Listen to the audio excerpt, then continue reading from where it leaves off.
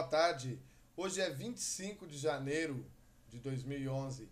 Estamos aqui com a segunda edição do programa Seguindo o Exemplo, que é um programa na direção de Deus, onde toda a palavra é revelada através da Bíblia Sagrada. Esse é o nosso manual diário em que nós temos que examinar todos os dias para termos uma vida sadia, uma vida na presença de Deus. Eu gostaria de apresentar um programa hoje diferente, né? Um programa que será de perguntas que foram enviadas por alguns amigos através do nosso e-mail, tpo_levita@hotmail.com, e através do nosso telefone, né? Mandando mensagem de textos. O telefone é 0 operadora 12 8800 6407.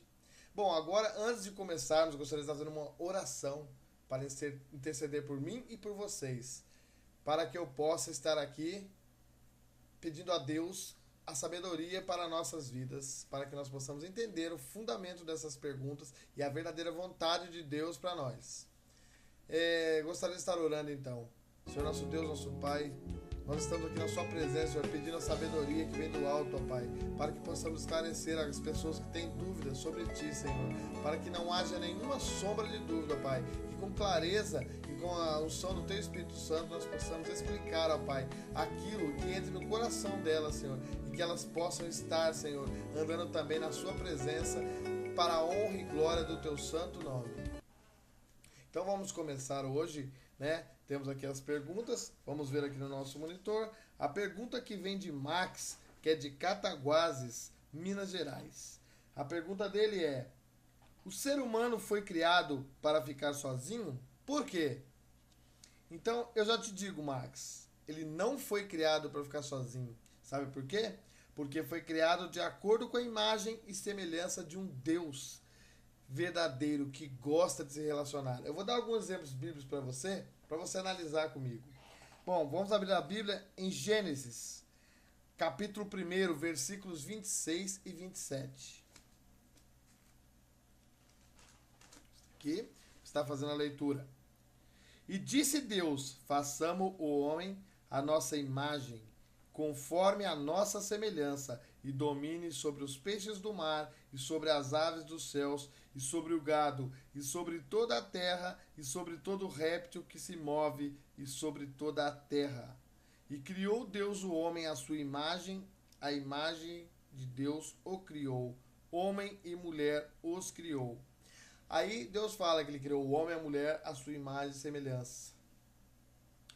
Então, baseado nisso, também podemos ir no mesmo livro de Gênesis, capítulo 2, verso 18, que ele vai deixar claro para nós essa situação. Vamos ver aqui. Aqui. E disse o Senhor Deus: não é bom que o homem esteja só. Far-lhe-ei uma ajudadora idônea para ele.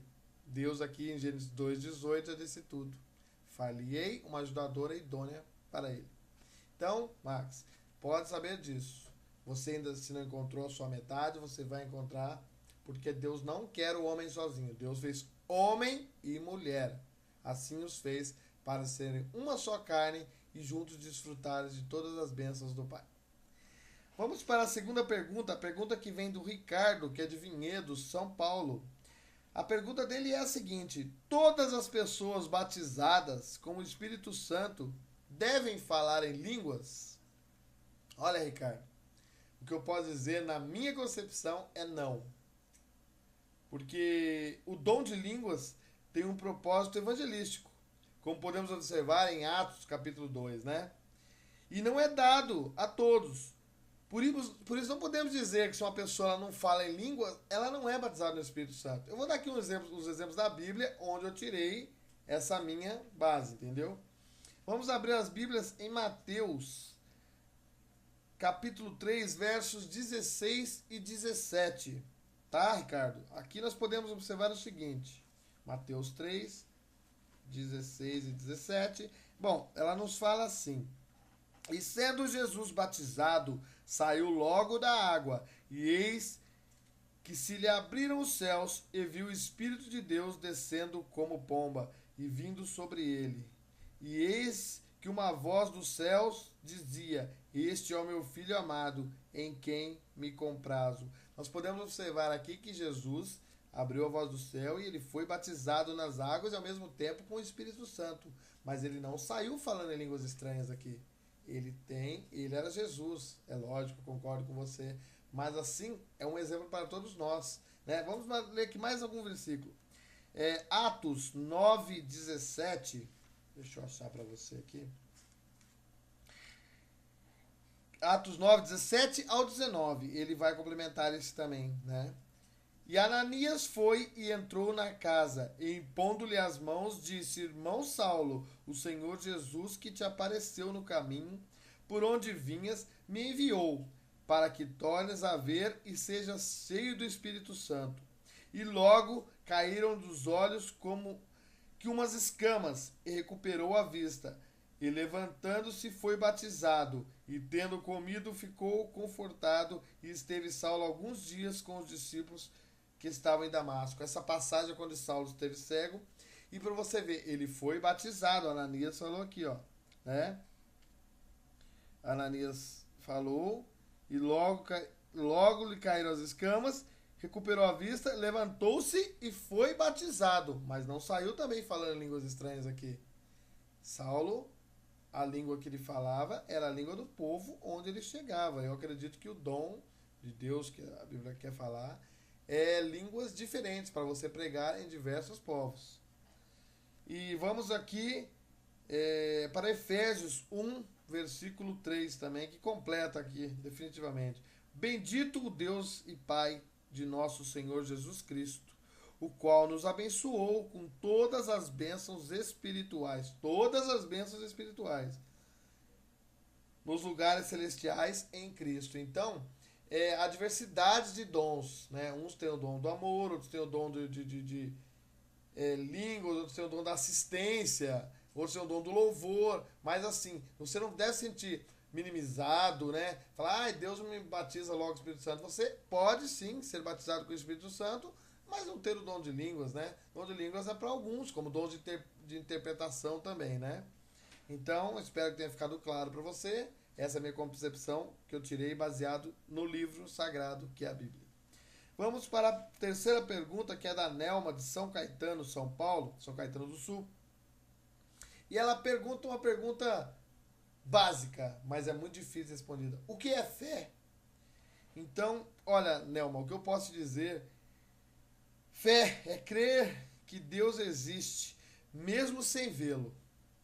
Acreditar que Ele pode nos ajudar em qualquer situação. E para resumirmos melhor, a fé é a ausência de dúvidas, né? Isso é claro. Então vamos abrir aqui a Bíblia em Jó, capítulo 19, versículos 25 ao 27. Né? Jó 19, 25 ao 27. Jó era uma pessoa que tinha uma fé enorme, né? Desse Deus agradável. Vamos fazer a leitura desse texto, então. Porque eu sei que o meu Redentor vive, e que por fim se levantará sobre toda a terra, e depois de consumida a minha pele, contudo ainda a minha carne verei a Deus. Vê-lo-ei por mim mesmo, e os meus olhos, e não outros contemplarão, e por isso os meus rins se consomem no meu interior. Esse foi o que Jó falou, a fé dele tamanha que iria ver Deus. E aqui temos também no livro de Hebreus, capítulo 11, versos 1, né, uma complementação desse texto, que nós podemos ver. Hebreus 11, verso 1, nos diz: Ora, a fé é o firme fundamento das coisas que se esperam e a prova das coisas que se não veem, né? Ela é a prova do que você não vê. Você confia em Deus, Deus mostra para você, Deus realiza, você não viu, você não vê Deus, mas Deus assim, vamos dar um exemplo, como o vento. O vento você não vê, mas quando ele bate você sente. Assim é Deus. Você não vê, ele é um Deus invisível, mas quando você sente a presença dele, você sabe, existe um Deus e ele está aqui, né? Então, Nelma, que Deus abençoe você e que possa aumentar a sua fé, porque Jesus falou, quem tem a fé do tamanho do grão de mostarda pode fazer coisas incríveis, mover montes, fazer coisas incríveis. Então, tenha fé, Nelma. Crê em Jesus que ele é fiel para cumprir o que te prometeu. Agora a pergunta é do Bonifácio, de Londrina, Paraná. O Bonifácio pergunta, a verdadeira fé é movida por qual sentimento? O Bonifácio, chega até a ser uma pergunta quase que retórica, porque a verdadeira fé ela é movida pelo maior dos sentimentos, pela essência de Deus. o dom do amor, né? O amor é o dom que sobressai a todos. Vamos aqui estar fazendo leituras de um único versículo, que está em Gálatas 5, versículo 6. Gálatas capítulo 5, versículo 6. Aqui. Porque em Jesus Cristo, nem a circuncisão, nem a incircuncisão tem valor algum, mas sim a fé que opera pelo amor. Então aqui ele está dizendo, nem a circuncisão, nem a circuncisão tem valor algum, mas sim a fé que opera pelo amor. Então, a sua pergunta foi assim, a verdadeira fé é movida por qual sentimento? E eu te digo mais uma vez, Bonifácio, é movida pelo amor, que é a essência de Deus. Aleluia. Vamos para a última pergunta de hoje, nosso tempo é curto. Quem é o autor da Bíblia Sagrada? Essa pergunta é muito interessante. É o Júlio de Apucarana, Paraná, que nos faz essa pergunta através do nosso e-mail, né? tpo_levita@hotmail.com. Você também pode estar enviando mensagem de texto para o celular 0 operadora 12 8800 6407. Vamos agora então aqui responder essa pergunta do Júlio. Quem é o autor da Bíblia Sagrada? Júlio, Deus, o Espírito Santo, foi quem inspirou a Bíblia Sagrada a todos os seus escritores. Com certeza você pode ter convicção disso. Vou te mostrar alguns textos aqui que deixam isso claro pra gente. Vamos abrir nossas Bíblias em 1 Pedro, capítulo 1, do versículo 10 ao 12. 1 Pedro 1, 10 ao 12. Está aqui. Da qual a salvação inquiriram e trataram diligentemente os profetas, que profetizaram da graça que vos foi dada.